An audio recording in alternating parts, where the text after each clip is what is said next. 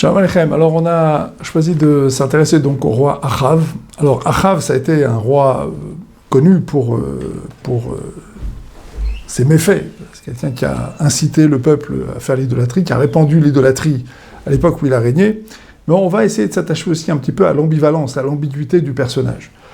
Son nom lui-même, c'est un nom qui est très intéressant parce que le nom de Achav, il est composé de deux mots. Il y a Ach et Av. Ach, ça veut dire frère, et Av, ça veut dire père. Ach, c'est le frère. Ach la Shamaim, disent les Chachamim. Il est le frère des cieux, le frère de Hachem, en quelque sorte. Mais Av la Vodazara, père de l'idolâtrie, c'est lui qui répand donc l'idolâtrie à l'intérieur du peuple, à l'intérieur de la terre d'Israël. Donc c'est un personnage qui est très, très ambigu. Alors d'abord, on va le situer sur le plan de la chronologie. Il a régné, d'après le calendrier juif, donc entre les années 3021 et 3043.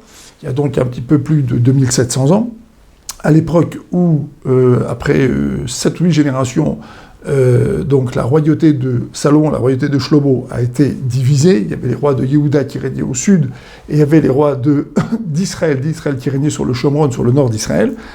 Et donc lui, il fait partie de ces rois-là, qui vont régner donc sur le nord d'Israël. Dans la chronologie occidentale, il a régné entre les années moins 739 à moins 727. Donc c'était à l'époque où les rois d'Israël se succédaient les uns après les autres. En général, les rois étaient plutôt idolâtres. Il y a eu peu de rois qui étaient tzaddik dans le nord d'Israël.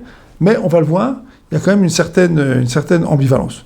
Alors, pour ce qui est du négatif, quand le Tanakh lui-même s'exprime dans le Sefer Melachim, s'exprime donc sur Achav, il dit « Vayas Achav ben Omri » Achav ben Omri a fait à l'Israël Ara bene Hachem, il a accompli le mal aux yeux d'Hachem, Mikol Asher lefanav. Il en a fait beaucoup plus que ceux qui étaient avant lui. Donc c'est une manière de dire qu'il a été extrêmement loin. Malgré tout, et là l'ambiguïté aussi est présente, il va donner à ses enfants, il ne va pas donner les mêmes noms que Ménaché a donné à ses enfants. Ménaché, lui, qui était un roi Racha, qui a régné pendant longtemps sur elle, qui aussi a fait tchouva, on va le voir aussi pour Achav, lui avait donné des noms d'idoles, il avait donné le nom de Amon. Amon, c'était le nom du dieu des Égyptiens, le dieu soleil des Égyptiens, mais par contre, lui, Achav, va donner à ses enfants des noms dans lesquels on trouve les lettres du nom de Dieu. Achaziaou, Yehoram et Atalia. Et à chaque fois, on trouve soit le Yud-Ké, soit le Ké du nom d'Hachem. Donc là encore, on retrouve une certaine ambiguïté. Par ailleurs, il va épouser Isével. Alors attention, Isabelle, Isével, c'est pas des noms très, très positifs. Il faut conseiller à tous les parents qui ont appelé leurs enfants du nom de Isabelle de très très vite changer le prénom de leur enfant, et à toutes celles qui ont ce prénom de très vite s'en débarrasser. Isével, ça veut dire la poubelle, l'ordure, et en fait elle a été responsable, on va le voir, de la mort de très nombreux prophètes qu'elle a fait exécuter, qu'elle a fait poursuivre. Ça a été une reine qui a incité littéralement Achav à l'idolâtrie. Elle a joué un rôle moteur donc dans l'expansion des cultes idolâtres sur la terre d'Israël, donc à l'époque du règne de Achav. Alors on va prendre quelques faits marquants en fait de la vie de Achav qui vont permettre de situer un petit peu le personnage. D'abord, le premier fait marquant qui est raconté donc par le Tanakh, eh bien, c'est tout simplement que c'est à son époque qu'il y a un homme qui va enfreindre la malédiction qui avait été posée par Yoshua de construire la ville de Yéricho. Vous savez que la ville de Yéricho avait été détruite lors de la conquête d'Eretz Israël, et Yoshua avait imposé une malédiction sur tout celui, et la descendance de tout celui, qui s'aviserait de reconstruire la ville de Yéricho, qui était en quelque sorte la ville phare de l'idolâtrie et des cultes idolâtres en Israël. Alors, il y a un homme qui a voulu construire cette ville, qui s'appelait Chiel. Cet homme, il a cherché à reconstruire cette ville. Et tous ses enfants vont périr. Alors, il va y avoir un épisode dans lequel Eliaou et donc Achav viennent le consoler de la perte de ses enfants, mais en même temps, ils viennent essayer, surtout pour le prophète Eliaou, pour Eliaou Hanavi, qui vit à l'époque de Achav, il va surtout s'agir pour lui de le réprimander sur son attitude, d'essayer de lui faire prendre conscience que, ayant été jusqu'au bout dans cette tentative de reconstruire la ville de Yéricho, et quelles qu'aient été ses motivations, il avait mal agi. Et là, dans cet épisode, on va voir que Achav va se comporter d'une manière très particulière. Il va littéralement provoquer le prophète, il va littéralement provoquer donc Eliaou Hanavi, Et surtout, à ce moment-là, Hiel va dire, moi, si j'étais puni, ça n'a rien à voir. J'ai été puni pour une autre raison. La Midatadine m'a frappé, la tribu de rigueur m'a frappé, mais c'est pas du tout pour cette raison-là. Et à ce moment-là, et Achav et Hiel, en quelque sorte, se retrouvent du même côté de la barrière contre Eliyahu Hanavi. Donc il y a là ici une attitude de provocation. Première ambivalence donc, du personnage, premier trait qu'on voit ici dans cette histoire. On voit que nos Chachamim nous disent dans le Yerushalmi, par exemple, que Achav donnait beaucoup d'argent aux Talmidei Chachamim. Achav soutenait les Talmidei Chachamim, les gens qui étudiaient la Torah.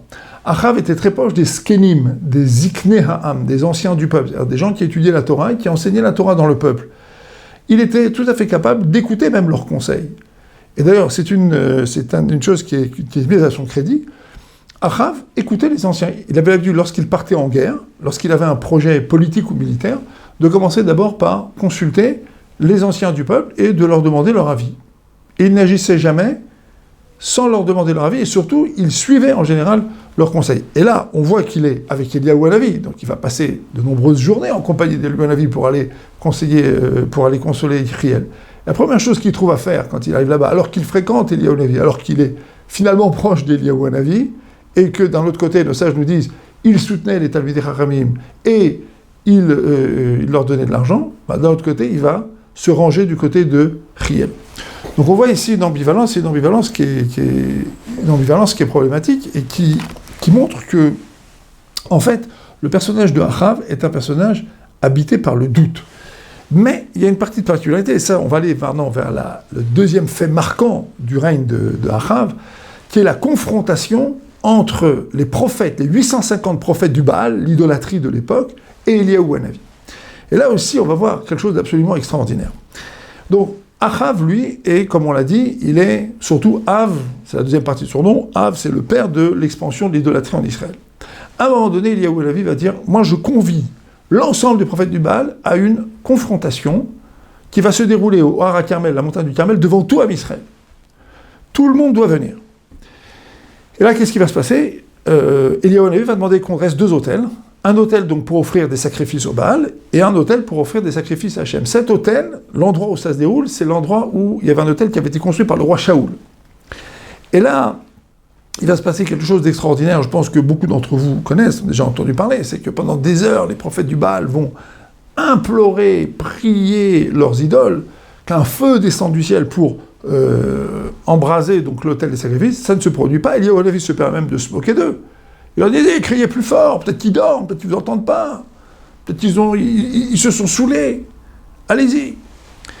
Et puis finalement, après quelques heures, lui-même va implorer Hachem, et d'ailleurs, nos sages nous disent que cet épisode va se passer à l'horaire de Mincha Ktana, c'est-à-dire que ça va se poser au moment où on prie la prière de Mincha. Et c'est la raison pour laquelle nos sages disent, il ne faut surtout pas mépriser la tfila de Mincha, parce qu'il y a 2 grands personnages qui ont prié au moment où on doit prier Mincha, dans l'après-midi, fin d'après-midi. Ça a été Yitzhak, qui a prié pour son zivoug, qui a prié pour recevoir son zivoug, son âme sœur pour se marier, et le verset suivant nous annonce qu'il va aller à la rencontre de Rivka. Et le deuxième personnage, c'est Eliyahu Hanavi. Eliyahu Hanavi va prier à ce moment-là pour que Hachem fasse un kiddush Hachem, une sanctification du nom divin, se dévoile aux yeux du peuple. Et effectivement, c'est ce qui va se passer. L'autel des sacrifices est complètement embrasé par un feu qui descend du ciel. Il y a d'ailleurs un passage qui est très intéressant, parce qu'il y avait 2 taureaux qui devaient être offerts, et il y avait un taureau qui devait aller sur l'autel donc, des prophètes du Baal, et un taureau qui devait aller sur l'autel de Eliyahu Hanavi. Et dans le Zohar, il est écrit que ces deux taureaux, en fait, étaient les Gilgulim, les retours de Dathan et Aviram. Et que Dathan et Aviram, en fait, devaient ici, en quelque sorte, participer à un Kiddush Hashem. Mais il y a un taureau qui était celui, ou de Dathan ou Aviram d'ailleurs, qui devait aller sur l'autel donc des idolâtres. Et celui-là refuse d'y aller. Il refuse, il ne veut pas y aller. Et lorsqu'il va lui parler, il lui dit, tu sais, même en allant là-bas, et justement, en te posant sur un autel qui ne va pas être embrasé, qui ne va pas recevoir un feu du ciel, eh bien, tu participes à un Kiddush Hashem. Et donc ce deuxième taureau accepte donc de se diriger vers là-bas. Et Eliyahu Hanavi, comme tous les grands sages du peuple juif, connaissait le secret des Gilgulim, le secret des retours des âmes. Et donc, ce taureau se dirige là-bas, l'autre taureau est posé, et il y a donc ce grand miracle qui se produit. Qu'est-ce qui va se passer après à ce moment-là ? Eliyahu ordonne que tous les prophètes du Baal soient tués. Que fait Achav ? Que fait Achav qui avait poussé le peuple à adorer les idoles ? Rien du tout. Non seulement il laisse Eliyahu Hanavi ordonner ce meurtre-là, mais en plus de ça, au moment où on les tue, il n'intervient pas, il ne fait rien. Et cette chose-là est mise aussi à son crédit. Mais en même temps, elle soulève une question. Et en fait, il y a une apostrophe qui est lancée à ce jour-là par Eliyahu Hanavi. Il dit, il faut que vous choisissiez, vous, à Israël. Si les prophètes du Baal, si les dieux du Baal, si les dieux idolâtres sont les vrais dieux, les Chouacharav, allez après eux. Mais si Hachem, ou Elohim, si Hachem, le Dieu qui a créé le monde, qui le gère, c'est le vrai Dieu, alors vous devez aussi aller d'après lui. Et exclusivement d'après lui. Et certains Mefarshim disent qu'en fait, cette apostrophe, elle était essentiellement adressée à Achav. Et là, on est au cœur de l'ambivalence, mais cette fois-ci d'une ambivalence qui est une ambivalence institutionnalisée, qui est cette fois-ci beaucoup plus problématique. En fait, la génération de Achav a été marquée par une ambivalence et par une ambiguïté institutionnalisée. On pouvait tout à fait se prosterner devant Hachem, s'adresser à Hachem, prier à Hachem, et en même temps se tourner vers les idoles, se prosterner devant les idoles, implorer les idoles et leur offrir des sacrifices. Question qui se pose évidemment, comment est-ce qu'on peut se livrer aux deux? Comment est-ce qu'on peut à la fois croire en Hachem et dans les idoles? On est aujourd'hui dans la génération de la Corona. C'est très intéressant parce que dans cette génération, s'il y a une chose qui a été mise à mal, c'est la toute-puissance de la science et de la médecine. La médecine peut tout résoudre, la médecine c'est tout, la science c'est tout. On avait pris l'habitude de penser que les progrès de la médecine et les progrès de la science nous mettaient à l'abri des épidémies qui frappaient les gens au Moyen-Âge. 30 millions de morts dans la peste d'or au Moyen-Âge, c'était pour le Moyen-Âge. Les épidémies, c'était pour les pays pauvres, c'était pour les pays qui ne sont pas développés, ou c'était pour les siècles qui nous ont précédés. Et là, on s'aperçoit qu'on est gouverné par un petit machin invisible qui décide de tout, qui a fixé l'emploi du temps des ministres, des rois, des militaires, des économistes et des médecins, et qui a contraint tout le monde à se mettre à la recherche d'un vaccin qu'à l'heure actuelle, on n'a toujours pas trouvé. Et donc, en fait, aujourd'hui, on est un petit peu dans ce même genre de situation. C'est où on pense que cette gifle planétaire, elle a été donnée par Hachem, et que donc, en fait, on doit se rapprocher d'Hachem, et on doit essayer de comprendre quel a été le message qui nous est envoyé dans cette histoire. Ou alors, au contraire, on se dit, ben non, la science n'avait pas de réponse, mais elle peut trouver des réponses. Et la science finira par trouver des réponses. Ou alors, on peut faire comme la génération de Achav, les deux. On dit, je prie Hachem, que la science trouve des réponses. Mais une fois qu'elle aura trouvé une réponse, est-ce que je continuerai à prier Hachem de m'aider à me rapprocher de lui? C'est là toute l'ambiguïté. Et bien vous voyez, dans cette génération-là, on vivait d'une autre manière, dans un autre décor, avec d'autres acteurs, dans d'autres conditions, ce même genre d'ambiguïté. On pouvait tout à fait se prosterner devant Hachem et se prosterner devant les idoles, et on n'y voyait pratiquement pas de contradiction. Jusqu'à ce que les prophètes d'Israël viennent et disent « Non, mais il faut choisir, c'est ou ça ou ça ». Pourquoi? Parce que l'idolâtrie, c'est la divinisation de ma volonté. J'ai besoin de manger, j'ai besoin de boire, j'ai besoin de faire des affaires, j'ai besoin d'amour, j'ai besoin d'argent, j'ai besoin de victoire. Alors, à chaque fois, j'ai un Dieu, en quelque sorte, qui représente cet espoir. En fait, c'est une manière d'apprivoiser la spiritualité et d'en faire l'objet au service de mes instincts, ou de ma volonté, ou de mon intelligence, ou de ma perception du monde. C'est le yesod, c'est le fondement de l'idolâtrie. Alors que le service d'Hachem, servir Hachem, être avec Hachem, c'est reconnaître qu'il y a une dimension ici qui est insondable, qui n'a pas de début, qui n'a pas de fin, et à laquelle je vais me soumettre, et qui va me soumettre à des processus que je ne maîtrise pas. Je sais que je vis quelques secondes dans un film qui dure 12 heures, et que je ne connais ni le scénario, ni le scénariste, ni le début, ni la fin du film. Je suis une partie du film, et je continue à cheminer avec Hachem, malgré mon ignorance. C'est le yesod, c'est le fondement de la Emouna. Donc il y a ces deux idées ici qui sont en train de s'affronter. Et donc on voit qu'Achav, lui, il n'a pas choisi, et ça c'est une chose par contre qui était toute l'ambiguïté du personnage, mais en même temps c'était en quelque sorte son attitude au moment donc de cette confrontation, c'était quelque chose qui a été mis donc d'une certaine manière à son crédit. Autre point maintenant qui est très intéressant, vous savez que sa femme, donc Isével, va la bien nommer, pardon, en l'occurrence, mais mal nommée parce que c'est un nom qui n'est pas très joli, va poursuivre les prophètes d'Israël. C'était une femme extraordinairement perfide. Elle avait quand même une chose extraordinaire, elle savait réjouir les khatanim et les kalotes. Elle savait, nous disent nos sages, réjouir les jeunes mariés. Elle dansait devant les jeunes mariés, elle les réjouissait. On verra après ce que ça va faire, ce qui va rester de cela. Mais malgré tout, elle détestait les prophètes d'Israël, et elle n'avait qu'une seule envie, c'était de les faire disparaître. Et on comprend pourquoi. Elle était la fille du roi de Sidon, d'accord, donc d'une cité phénicienne au nord d'Israël, et donc elle était imbibée d'idolâtrie, et évidemment qu'elle ne voulait pas voir la fidélité à Hachem se répandre dans son royaume. Donc elle voulait effectivement que ça disparaisse. Alors qu'est-ce qu'elle va faire pour ça? Tuer ceux qui l'enseignent. C'est qui? C'est les prophètes. Alors il y a un homme qui s'appelle Ovadia, qui va lui emprunter de l'argent à un homme qui s'appelle Yoram, qui va lui prêter de l'argent à intérêt, et qui lui va protéger ses prophètes. Et Ovadia était lui-même un prophète qui était un converti, donc de Édom. C'était un prophète c'était très, très, très particulier. Et c'était à cette époque donc que va se dérouler cette fois-ci une confrontation très bizarre. Eliaou Hanavi donc est aussi poursuivi par Izével. Il est obligé de s'enfuir. Il est obligé de disparaître.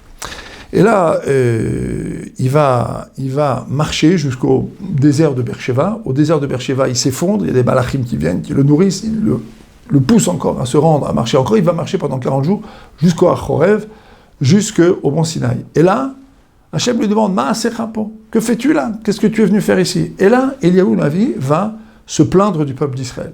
Tes enfants ont fauté, tes enfants se livrent à l'idolâtrie. Or, Hachem lui fait savoir qu'il aime son peuple, et que les prophètes ne sont pas là pour dire du mal du peuple. Eliaou Hanavi devait jouer le même rôle que Moshe Rabbeinu, être le défenseur inconditionnel du peuple juif. Moshe Rabbeinu a défendu le peuple juif, même dans les conditions qui étaient celles du veau d'or. La même chose, c'est ce qu'on attendait de Eliaou Hanavi, c'était qu'il défende le peuple juif, et bien même dans les conditions où il se livrait à l'idolâtrie. Hachem va lui annoncer qu'il sera remplacé par Elisha. Eliaou Hanavi va donc prophétiser encore pendant de très nombreuses années, mais Elisha deviendra le prophète d'Israël plus tard. D'ailleurs, Elisha, est avec Yehou, qui est devenu roi d'Israël après, après le règne de Achav, eh bien, Elisha, et également Chazaël, qui était le roi donc, de Aram. Donc en fait, ces trois personnages, de manière une alliance assez étonnante, vont se charger d'exterminer tous les adorateurs du Baal qui pullulaient à cette époque-là en Eretz Israël. Donc il va rester 7000 personnes seulement qui vont échapper donc à ce massacre-là, parce qu'eux, ils n'avaient pas servi le Baal, ils n'avaient pas servi les idoles. Alors, ça aussi, c'est une ambivalence qui est très intéressante, cette fois-ci du côté d'Eliaou Hanavi. Eliaou Hanavi, c'est celui qui fait face à Achav, d'accord? Donc c'est celui qui incarne le Hémet, la vérité, et en même temps, la permanence, en même temps qui donne un axe au peuple juif, qui permet au peuple juif de faire teshuva, de se rapprocher d'Hachem. Et on voit d'un autre côté que Hachem, à un moment donné, va le repousser. Pourquoi? Parce que finalement, le rôle des prophètes, comme on l'a dit, le rôle des prophètes, c'est de défendre le peuple juif. C'est d'arriver à exprimer, en fait, face à Hachem et face à Am Israël, l'amour qu'Hachem a pour son peuple. Il y a un brit, une alliance, qui a été passée au moment du mont Sinaï et au moment de la sortie d'Égypte entre le peuple juif et Hachem. Donc cette alliance est une alliance indestructible. Brit, ça vient du mot bria. Une bria. Une bria, c'est quoi? C'est une créature nouvelle. Avant que la sortie d'Égypte n'ait lieu, il y avait le peuple juif d'un côté, Hachem de l'autre, la Torah n'avait pas été donnée. À partir du moment où le peuple juif sort de Misraïm, d'Égypte, Hachem est Goël, c'est-à-dire qu'il le délivre du point de vue physique, mais surtout du point de vue spirituel. Il l'emmène au Har Sinaï recevoir la Torah. À ce moment-là, se noue une alliance qui fait qu'il y a une nouvelle réalité dans le monde. Il y a un peuple qui est porteur d'éternité, et le témoignage de cette éternité, c'est la Torah. Donc, si le peuple veut s'éloigner, Hachem l'empêchera de s'éloigner. Et donc, il y a une alliance totale, il y a un amour inconditionnel de Dieu pour son peuple. Et les prophètes sont chargés d'expliquer cet amour. Donc, ils doivent expliquer au peuple qu'il ne doit pas s'éloigner, bien entendu, parce qu'en s'éloignant, il se prive de ce qui le porte et de ce qui, en quelque sorte, légitime son existence. Mais d'un autre côté, les prophètes doivent faire extrêmement attention. Ils ont un rôle très délicat. D'un côté, ils doivent faire des reproches, mais de l'autre côté, ils doivent aussi veiller à montrer qu'Hachem aime son peuple. Or, quand Eliaou Hanavi se retrouve devant Hachem et, en quelque sorte, se met à faire du lashon hara sur son peuple, à la manière de Moshe Rabbeinu qui dit « ils ne me croiront pas quand je vais arriver ». Et là, Hachem lui dit « rentre la main ». Il s'entoure, la ressort, elle est lépreuse. C'est le onesh, c'est la punition de ceux qui disent du lashon hara. La même chose pour Eliaou Hanavi. Il va, à un moment donné, mal parler. Il ne va pas jouer son rôle, en quelque sorte, devant Hachem. Il est envoyé. Alors, cette difficulté ici, cette difficulté des prophètes, en quelque sorte, à un moment donné, que ce soit Moshe Rabbeinu au tout début, ou que ce soit Eliyahu Navi ici, au cœur de l'affrontement, donc avec Izével et avec Achav, au cœur, en tout cas, de sa confrontation, cette difficulté résulte principalement du fait que le prophète a le rôle de savoir ce qu'il doit transmettre au peuple. Et en fait, Eliyahu Navi, lui, n'avait pas le projet devant Hachem de médire du peuple juif. Il voulait simplement savoir ce qu'il avait à leur dire. Et donc Hachem va lui dire, même comme ça, c'est un problème. Parce que ton rôle, c'est d'abord d'arriver à rapprocher Am Israël du peuple juif. Donc pour ça, ton cœur doit être rempli d'amour. Nos sages nous disent que Eliyahu Navi, c'est Pinchas. Pinchas, vous savez que par l'acte qu'il a fait au moment de la prostitution collective des Béné Israël, et notamment de Zimri ben Salou, le chef de la tribu de Shimon, avec Cosbi Batsour, princesse non-juive, il va les tuer tous les deux. Et là, Hachem dit, j'ai donné une brit shalom, j'ai donné une alliance de shalom à Pinchas. Pourquoi ? Parce qu'il a eshiv et ramati, il a calmé ma colère. En fait, il a ramené le shalom entre moi et Am Israël. Quand Pinchas a agi, il avait agi à un degré de l'échem shamaïm, à un degré de désintérêt absolument insondable pour nous.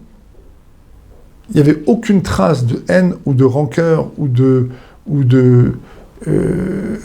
d'excitation mal placée dans son geste. Et son geste est entièrement l'échem shamaïm. C'est un geste qui visait simplement à stopper un chilul Hashem, à arrêter une profanation publique du nom de Dieu. Et en fait, il porte en lui, Pinchas, cette mida qui est la mida de la kanaout, qu'on traduit par jalousie, c'est pas le mot, mais cette mida qui consiste à exprimer les caractères exclusifs de la relation entre Hachem et son peuple. Et donc la nécessité que du point de vue de Am Israël, la relation soit aussi exclusive de l'autre côté. Et donc en fait, Eliyahu Hanavi, lui, qui est, d'après nos sages, Pinchas, d'accord, il est porteur de cette exclusivité. Mais en même temps, dans cette exclusivité, il y a une difficulté à accepter l'errance, le n'importe quoi institutionnalisé, l'ambiguïté, le doute institutionnalisé. Il faut choisir, c'est ou ça ou ça. À un moment donné, il faut choisir. Et donc en fait, cette grille de lecture-là, c'est une grille de lecture qui fait qu'à un moment donné, à mon avis, il est dans une difficulté. Et soit Hachem lui dit, si tu ne sais pas porter cette difficulté de lecture-là, ben, je ne peux pas te garder comme étant prophète. Et donc effectivement, plus tard, Eliyahu Hanavi sera remplacé par Elisha. Alors il y a aussi un autre personnage qui s'appelle Ben Hadad, qui était le roi de Aram. À un moment donné, ça aussi c'est très intéressant parce que ça fait partie des caractéristiques de cette génération. Il va y avoir plusieurs guerres entre Achav et Ben Hadad, qui était le roi de Adam. Alors, dans la plupart de ces guerres, Achav donc sortait gagnant. D'accord ? Il a eu très peu de revers militaires. La plupart du temps, il sortait, il faisait des guerres et il gagnait. Et on va voir pourquoi. Nos Kharamim nous disent pourquoi. Avant d'aller plus loin, il faut se rappeler qu'il y a un épisode, qui est l'épisode de Navot. Alors, qu'est-ce que c'est l'épisode de Navot ? Il y avait un homme qui avait une vigne qui jouxtait donc le palais du roi. Et un jour, Izével l'a vu, et Izével a dit, cette vigne-là, il nous la faut. Donc elle va s'arranger pour ourdir un complot contre Navot. Sous un faux prétexte, elle va le faire tuer. Et donc, étant donné que c'est bien jouxter le palais du roi, pour un artifice juridique, elle va trouver les raisons de mettre ce bien-là dans les mains donc dans les mains du roi. Et là, Eliyahu Hanavi vient et prend à partie le roi.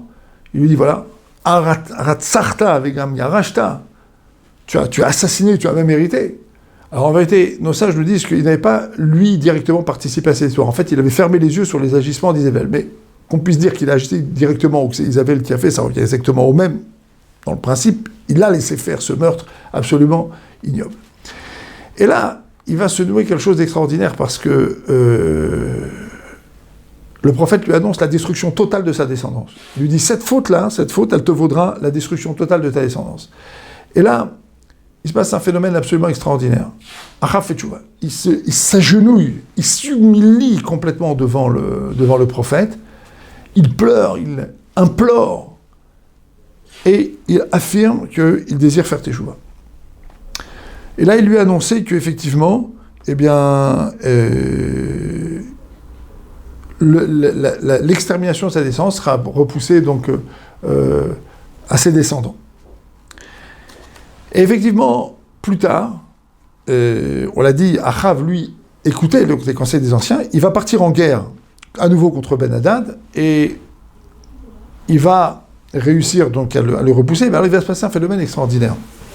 il y a plusieurs guerres, mais là, dans la dernière guerre, la terre d'Éder en quelque sorte, il va se passer quelque chose d'absolument extraordinaire. Il y avait un prophète qui s'appelait Michayahu, qui va lui promettre la victoire. Mais il y a quand même ici quelque chose d'étonnant, c'est que Ben-Hadad, lui, voulait faire le siège de Shomron, il voulait piller tous les trésors d'Achav, et il voulait également un Sefer Torah, il voulait qu'on lui donne un Sefer Torah. Et Achav, lui, il va suivre les conseils donc, des Skelim, encore une fois, et il va refuser donc de donner ce Sefer Torah. Et donc, Micha lui produit la victoire, et donc Ben-Hadad est complètement repoussé, il est humilié, et donc il ne réussira pas donc à mettre la main donc sur ce bien-là.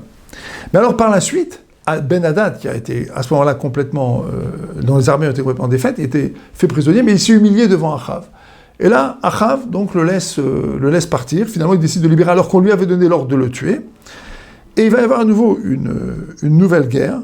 Et là, Achav va se lancer donc dans la conquête de territoires qui se trouvent au nord d'Israël, dans l'actuel Golan. On va être à Ramoth Gilad, c'est à peu près les territoires du Golan. Il va se lancer donc dans ces guerres-là. Et là, il y a un seul prophète qui va lui dire « N'y va pas parce que tu vas perdre ». Mais tous les autres prophètes lui produisent la victoire. Et là, il se passe quelque chose d'extraordinaire. Parce que, pourquoi 400 prophètes lui ont assuré qu'il allait gagner, lui ont assuré qu'il allait remporter cette bataille, et seul le prophète Micha lui dit « Non, n'y va pas. N'y va pas, tu vas perdre ». Quel est le fond de l'histoire ici ? Les prophètes étaient en fait trompés par le roi de Navoth. Nos sages nous disent que Navoth, qui avait été tué, son esprit criait vengeance. Il criait vengeance. Et c'était très intéressant parce que Rav Shulevitz, dans Sichot Moussar, explique très longuement que du fait qu'il avait cette volonté de vengeance, il n'avait pas été accepté dans la Mechitza d'Hachem. Il n'avait pas été accepté dans la possibilité, enfin dans une ère où les âmes peuvent en quelque sorte contempler la présence divine. Et ça aussi c'est très intéressant. Navoth, il a été tué injustement. Il avait toutes les raisons de crier vengeance. On l'a tué, on l'a assassiné, on a pris son bien. Aratsarta veyarashta, c'est le prophète qui est venu et qui dit ça à Achav. T'as tué, t'as hérité. Mais Hachem n'aime pas la volonté de vengeance. Dans la vie, on peut avoir été victime des pires choses qui soient. On doit apprendre à pardonner. Ça, c'est ce que dit Rav Chaim Shmulevitz au sujet de Navoth. Et il dit, et du fait que Navoth, lui, il ne voulait pas pardonner, il criait vengeance, qu'est-ce qui va se passer ? Eh bien, il va induire en erreur des prophètes, 400 prophètes, qui vont dire à Achav de partir en guerre. Et effectivement, Achav, il va subir une défaite, et il va y avoir donc des Juifs qui vont être assassinés, qui vont être tués durant cette bataille. Et Achav, qui sait que il est la cible donc, de ses ennemis, il enlève ses vêtements royaux, et il essaye de se fondre parmi ses soldats, mais il y a un général qui s'appelle Naaman, qui va tirer une flèche au hasard, et cette flèche va atteindre Achav. Et là, qu'est-ce qui va se passer ? La prophétie qui lui avait été adressée, à savoir que des prostituées se baigneraient dans son sang, et que des chiens viendraient laper son sang, va se réaliser. Et effectivement, c'est ce qui va se passer à la suite de cet épisode tragique, où Achav va mourir, et où effectivement, les prostituées se laveront dans une eau dans laquelle il y avait son sang, et des chiens vont venir laper son sang. Et Izével va être tuée beaucoup plus tard, et dans un autre épisode, elle sera, parce que la promesse donc, qui avait été faite, à savoir que la descendance de Achav serait tuée, cette promesse va s'accomplir. Elle va s'accomplir à l'époque donc, de Yéhou, d'accord, le roi Yéhou qui était un roi qui a lui essayé de détruire, de faire disparaître les idolâtres et l'idolâtrie d'Israël, mais qui n'y a pas complètement réussi. Mais il va au Shomron, quand il va se rendre sur le Shomron, quand il va réussir à prendre possession du Shomron, il fera jeter Izével donc de sa tour, il va la faire l'exécuter, parce qu'il a en quelque sorte, il va la faire tuer, et c'est des chiens qui vont la dévorer, ils vont laisser simplement ses pieds. Alors nos sages nous disent pourquoi. Pourquoi que ses pieds ? Parce que elle avait l'habitude de danser devant les khatan et la kala, et donc de les réjouir. Le simple fait qu'elle ait eu le mérite de cette mitzvah-là a fait qu'elle a, au moins, ses pieds ont été protégés, on peut rester entier, mais tout le reste a été littéralement déchiqueté donc, par des molosses. Triste fin. Alors qu'est-ce qu'on tire de toute cette histoire ? On a ici aligné les faits les uns derrière les autres, on a donné un peu une explication. Il y a une ambivalence, il y a une ambiguïté, il y a un aller-retour en quelque sorte entre Isével, on va dire, l'idolâtrie, l'idéologie idolâtre, et en même temps la fidélité aux Skénim, aux anciens, en même temps une certaine capacité à discuter avec Eliyahu Hanavi. On voit que Eliyahu Hanavi lui-même, à un moment donné, dans cette période troublée, eh bien, il va en quelque sorte éprouver des difficultés à défendre le peuple juif, et donc ce qui lui vaudra de la part d'Hachem, en quelque sorte, cette réprimande, entre guillemets, qui finalement va conduire à ce que Élisha devienne le prophète d'Israël, et Eliyahu Hanavi repart vivant sur son chariot dans les cieux. Qu'est-ce qu'on apprend de la période de Achav ? La période de Achav, en fait, on retient essentiellement cette confrontation avec les prophètes du Baal, au moment où Eliyahu Hanavi va dire « choisissez ». En fait, Achav, ça a été une tentative, finalement, d'institutionnaliser l'ambiguïté. Il y a eu des rois, comme Ménaché, par exemple, qui ont été très loin dans l'idolâtrie. Eux, chez eux, il n'y avait absolument aucune ambiguïté. Puis plus tard, ils ont fait teshuva. Il y a eu des rois qui étaient tzadiks, d'accord, qui, à leur époque, ont poussé le peuple à étudier, à l'époque de Chizkiyahu Améler, par exemple, qui était un très très grand tzaddik, qui était le père de Ménaché, d'ailleurs. Dans tout Israël, les gens étudiaient, les enfants connaissaient les lois de pureté et d'impureté dans infime détail. Donc on était dans des générations très élevées. Mais là, avec Achav, on est au cœur de l'ambiguïté. C'est-à-dire qu'on est dans cette idée que finalement on peut être avec Hachem, avec les idolâtres, avec Hachem. Et cette ambiguïté, finalement, c'est la pire de toutes les positions. Alors vous allez me dire, la pire pourquoi ? Peut-être qu'en vérité, l'idolâtrie, c'est la pire des positions. Eh bien, peut-être que non. L'idolâtrie, évidemment, c'est dégoûtant, c'est affreux. Mais l'ambiguïté, c'est un problème. Pourquoi ? Parce que l'ambiguïté, elle peut servir de légitimation à des actes qui sont des actes complètement destructeurs et complètement aberrants. Par exemple, nos sages nous disent au sujet de Zimri. Lorsque les Bnei Israël vont collectivement se prostituer donc, avec les filles de Midian et de Moab, donc c'est raconté dans Parashat, la fin de Parashat Balak et Parashat Pinchas, Zimri, lui, qu'est-ce qu'il va faire ? C'est le chef de la tribu de Shimon. Il dit, finalement, quand les Bnei Israël sortent du camp et qu'ils vont se prostituer avec ses filles, non seulement ils se prostituent, mais en plus de ça, ils font de l'idolâtrie. Moi, je vais prendre cette femme-là, une princesse, je vais l'amener dans le camp d'Israël, je vais la convertir. Et puis comme ça, au moins, j'évite à la fois l'idolâtrie et j'évite aussi peut-être même la débauche. Et alors nos sages nous disent, aussi Maaseh Zimri, il y a des gens qui font les Maasim, les actes de Zimri, Aval Rosim Schar Pinchas, ils vont le salaire de Pinchas, qui lui met fin à la Magefa, à la plaie qui va frapper les Bnei Israël à la suite de cette prostitution collective, de cette débauche collective, et il va donc tuer Zimri ben Salou. Il y a des gens qui font les Maasim de Zimri, qui agissent comme Zimri, c'est-à-dire qui introduisent l'ambiguïté, qui introduisent la débauche au cœur du camp des Bnei Israël, qui introduisent l'idolâtrie au cœur de la... mais qui avec ça pensent en quelque sorte faire avancer l'histoire.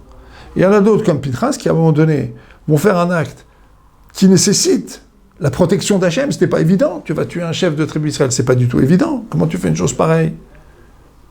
Toi qui descends de Yitro, qui était un converti, comment tu te permets de faire une chose pareille ? Les Bnei Israël disent, regardez, celui-là, il a son ancêtre qui a engraissé des veaux idolâtres, parce qu'il descendait de Yitro, et de l'autre côté, il se permet de tuer un chef du tribu d'Israël. Comment c'est possible une chose pareille ?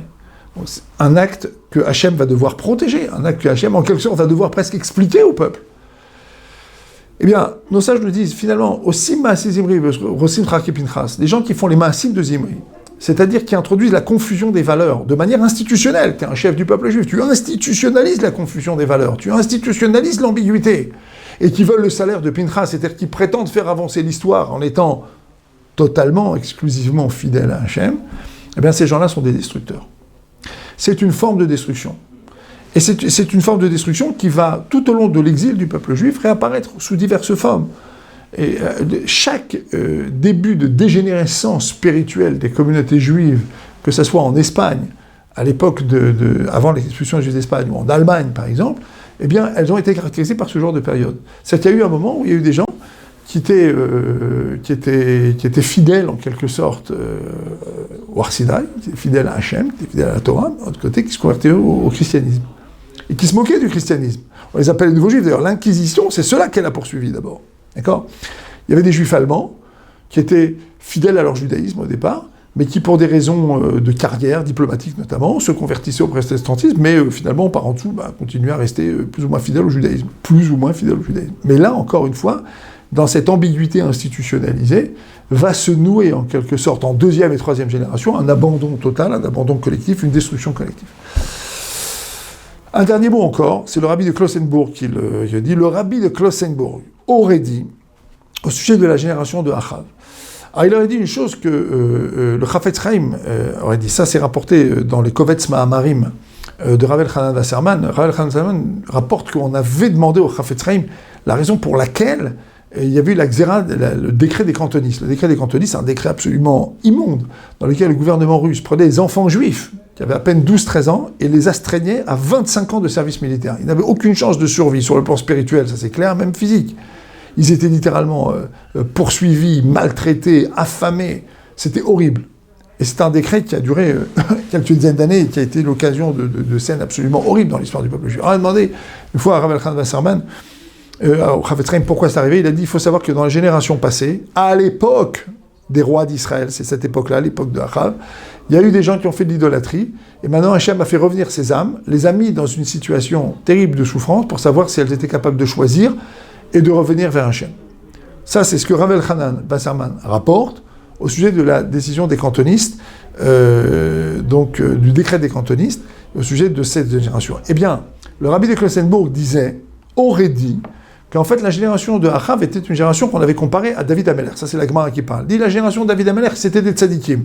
Mais il y avait là-bas des gens qui faisaient du lashon hara, de la médisance, et qui jetaient les uns contre les autres, qui étaient des délateurs, qui étaient des gens qui incitaient à la haine gratuite dans le peuple. C'est la raison pour laquelle David Ameler faisait des guerres, mais avait beaucoup de victimes, et parfois perdait des batailles, il a eu de nombreuses souffrances. Par contre, dans la génération de Achav, ils étaient tous très unis.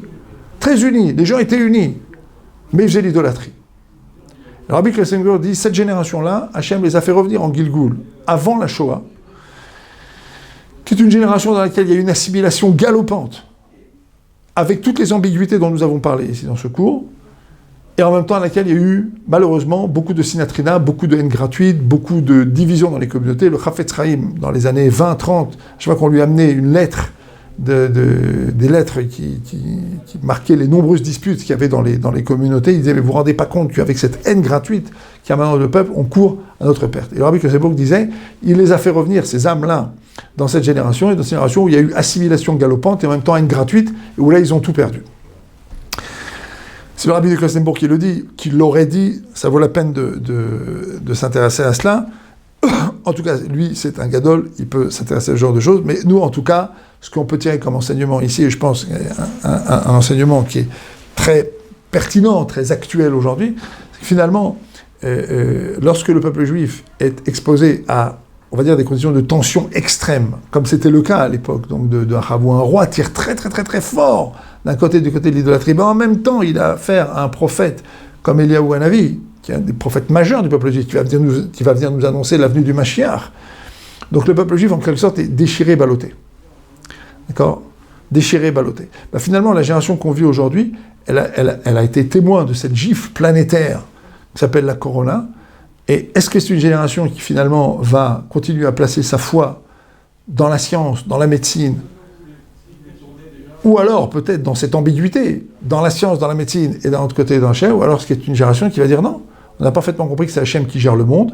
Maintenant, Hachem distribue sa sagesse comme il le veut. Il la donne à qui il veut. Il amène les solutions comme il veut. Il gère son monde comme il veut. Et finalement, il est le propriétaire total, exclusif de sa création.